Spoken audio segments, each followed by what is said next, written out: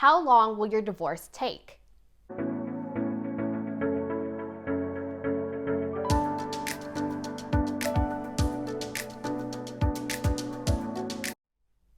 Everyone hates this answer, but it depends.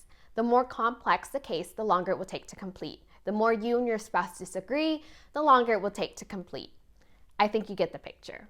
Some states even have what is called a mandatory waiting period before a divorce can be granted.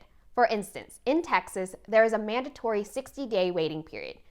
This means that the quickest you can get a divorce in Texas is 60 days. On average, cases take approximately 1 year to complete. Some courts have what is called a scheduling order.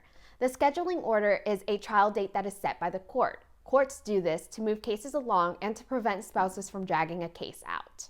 Why do cases take up to 1 year? A rather smooth divorce timeline might work a little bit like this.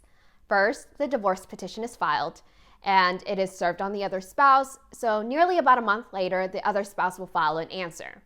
A mediation for temporary orders will be scheduled about a month or two out. And assuming the parties come to an agreement at mediation, temporary orders will have to be drafted, edited, and signed by the parties. This can take another month. Then some case building through discovery might be completed.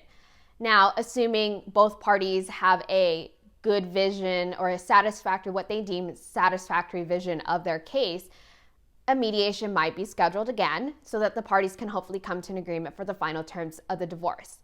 Assuming the parties do come to an agreement for the final terms of the divorce, it might take another month or two for the divorce decree to be drafted and all other documents to be completed. Thank you so much for watching. Please give this video a thumbs up and subscribe to my channel. Also, if you live in Texas and would like a free kit to do your own divorce, please check the description box below to sign up.